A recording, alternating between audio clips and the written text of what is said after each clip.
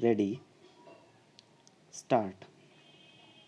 As you have already pointed out, under Article 323 of the Constitution, the Union Public Service Commission submits annual reports, and these reports are laid before both the Houses of Parliament along with any memorandum. If there be any from the government explaining their position as to why they have not accepted the particular advice of the Commission. Sir, we have so far received three such reports from the Commission, and I have gone through these reports. Sir, the general impression that have gathered after going through these three reports is that apart from the fact that there have been cases of non acceptance of the Commission's advice in many important matters, there are, sir, very serious irregularities committed by the executive government in the matter of appointments to the civil posts and the civil services. If you permit me, sir, I may add that I have found that there are occasions when the government has even bypassed the Houses of Parliament in their anxiety and provide for their favorites.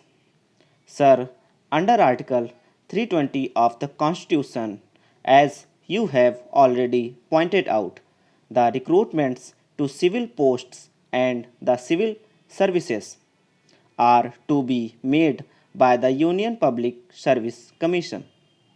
There are two basic ideas underlying this system of recruitment to the civil services adopted in our Constitution.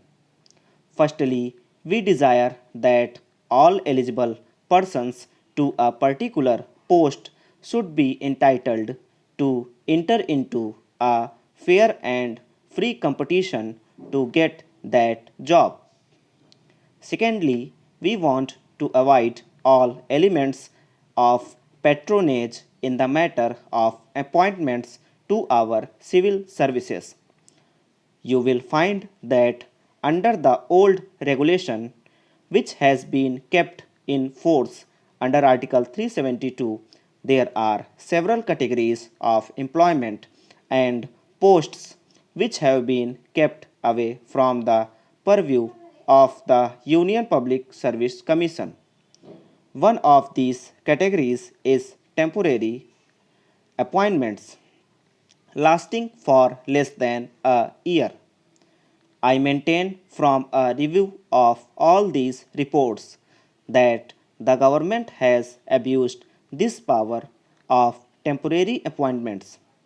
The government has used it as a shield to bestow all kinds of patronage. Sir, if you look at the posts, you will find that on the very face of it, they are not temporary posts, but that they are likely to continue for more than a year. Sir, appointments to such posts are made as temporary appointments merely to avoid the Union Public Service Commission.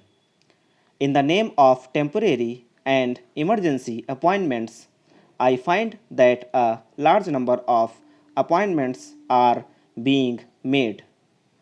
The glaring examples are the Community Projects Administration and the All India Radio under the Ministry of Information and Broadcasting.